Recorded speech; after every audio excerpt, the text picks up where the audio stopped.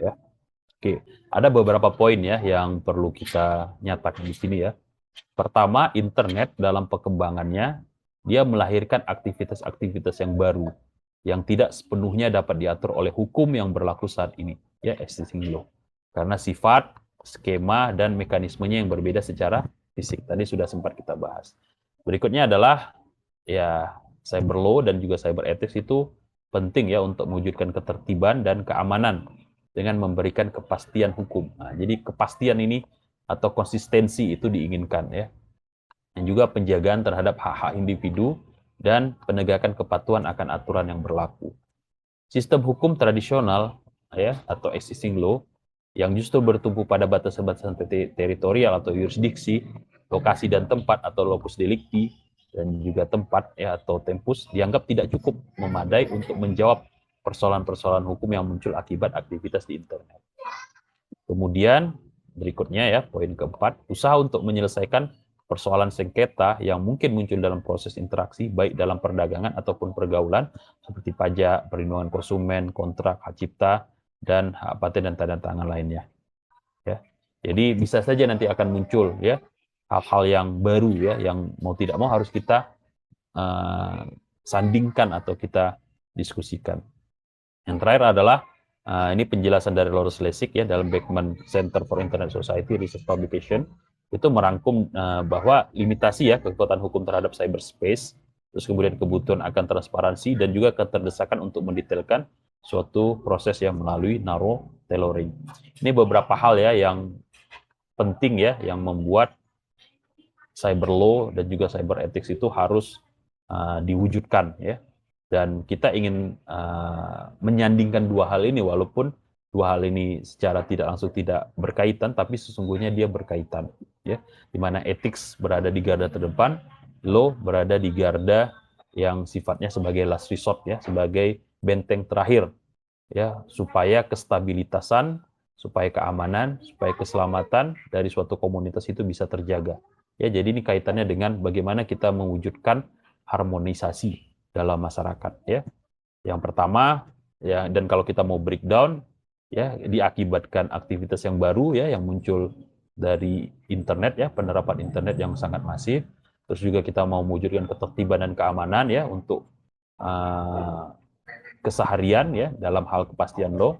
Terus kemudian kurangnya atau lag yang tercipta ya dengan sifat-sifat yang baru dari internet tersebut sehingga hukum-hukum tradisional seringkali lost dalam pembahasannya ya atau perbedaan definisinya. Terus juga untuk menyelesaikan persoalan yang mungkin muncul ya sengketa-sengketa yang ada dan juga kebutuhan kita akan transparansi. Ini beberapa aplikasi ya dari cyber law. Ini bisa pada digital transaction supaya menjadi lebih secure, lebih aman, lebih cepat, lebih nyaman dan juga lebih mudah. Terus kemudian dalam e-commerce, dalam digital sertifikasi ya, pengukuhan, terus kemudian untuk ngeblok konten-konten yang tidak diinginin ataupun dalam proses monitoring yang lebih sesuai, terus juga untuk menjamin keamanan ya melawan fraud-fraud, terus kemudian penubuhan ya lembaga-lembaga baru ya seperti misalnya cyber cell, cyber police dan seterusnya. Terus kemudian dalam hal pembuatan ya software-software atau program-program atau aplikasi ya yang menjamin keamanan, terus kemudian penggunaan ya electronic form ya, formulir-formulir, persyaratan-persyaratan yang jelas ya yang bisa dimanfaatkan selayaknya yang tidak merugikan hak ya dari pemberi informasi tersebut. Terus juga dalam email misalnya ya yang sifatnya legal form dan itu bisa dijadikan sebagai misalnya bukti konsen ya, bukti motivasi atau bukti niat dan seterusnya. Ya, jadi perangkat-perangkat hukum itu mengakomodasi ya perangkat-perangkat teknologi sebagai bagian dari bukti misalnya atau evidence ataupun aktivitas-aktivitas yang terjadi dalam ruang lingkup pengadilan atau aturan-aturan. Oke, ini sekarang terakhir ada beberapa hal yang bisa jadi renungan bagi kita ya.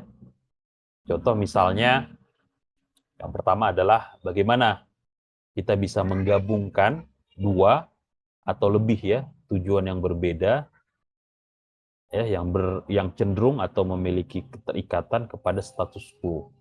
Ya, jadi hal itu sudah lumrah terjadi, sudah biasa kita melakukan tersebut. Nah, sekarang bagaimana kita bisa menggabungkan ya dua tujuan yang berbeda tadi ya, yang satu menolak misalnya, yang satu ingin dilakukan. Nah, supaya tidak jadi konflik, bagaimana kita menyelaraskannya?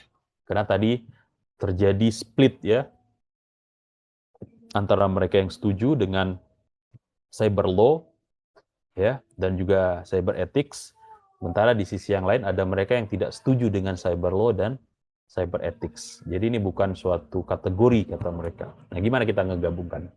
Terus kemudian apakah acuan atau metrik ya itu bisa kita gunakan untuk mengukur mana yang baik dan mana yang salah.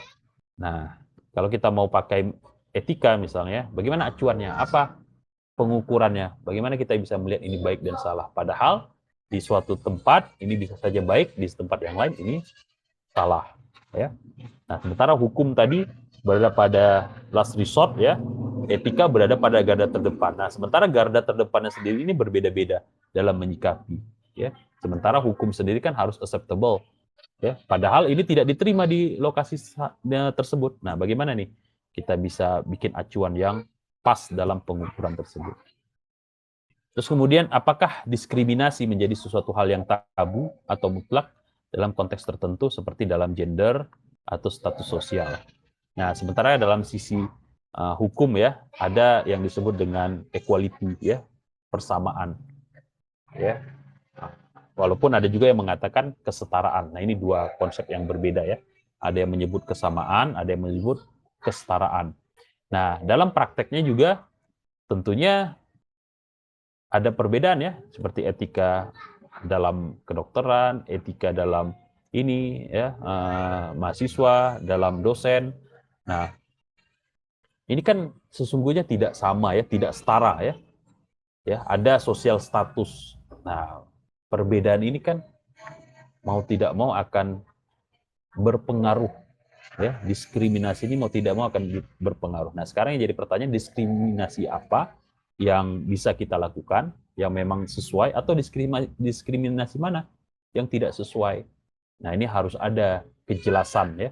Apakah kita mau menyamakan dalam satu konteks atau mau membedakan dalam konteks yang lain, atau apa kita mau menyetarakan dalam satu konteks atau kita mau menyetarakan dalam konteks yang lain. Ya, jadi prinsip mana nih yang kita gunakan dan apa benderinya atau aturan batasannya. Terus kemudian, apakah keamanan nasional lebih didahulukan berbanding hak individual akan kerahasiaan ya, di mana ya seringkali ini akhirnya trespass ya hak-hak yang dimiliki oleh masyarakat. Terus kemudian bagaimana kita harus memperlakukan whistleblower ya dalam kasus pidana dan perdata. Nah, ini juga banyak terjadi ya. Ketika yang memberikan informasi malah kemudian menjadi balik tertuduh karena dia melanggar beberapa aturan-aturan hukum. Ya, ini gimana kita bisa melindunginya? Ya, atau untuk menjamin jangan sampai terjadi penipuan-penipuan juga. Ya, padahal dia sebenarnya adalah pelaku kesalahan atau kejahatan, tapi akhirnya dia menjadi sebagai pahlawan ya. Terus kemudian, apakah kesalahan dilakukan dalam berorganisasi sengaja atau tidak sengaja cukup untuk konsekuensi mundur ya. Nah, jadi kalau dalam etika cenderungnya ya skors ya ataupun pengunduran diri ya dan lain sebagainya. Jadi seringkali hukumannya tidak berakibat secara fisik ataupun berakibat kepada pengurungan ya. Nah, apakah ini cukup dalam etika ya ketika dia diminta mundur atau konsekuensi mundur, atau memang perlu harus ada formulasinya secara dokumen. Terus kemudian yang terakhir adalah apakah etika memerlukan pandangan agama ya. Apakah kita perlu melekatkan ya etika dengan akhlak ya dalam konteks tersebut ya, konsepnya bagaimana dan batasan bagaimana. Ini beberapa hal yang bisa jadi renungan bagi kita. Oke, terima kasih. Begitu materi yang bisa kita bahas pada pertemuan kali ini. Semoga bermanfaat bagi kita semua. Ya. Subhanakallahumma rabbana wa bihamdi asyhadu an la ilaha illa anta astaghfiruka wa atubu ilaik.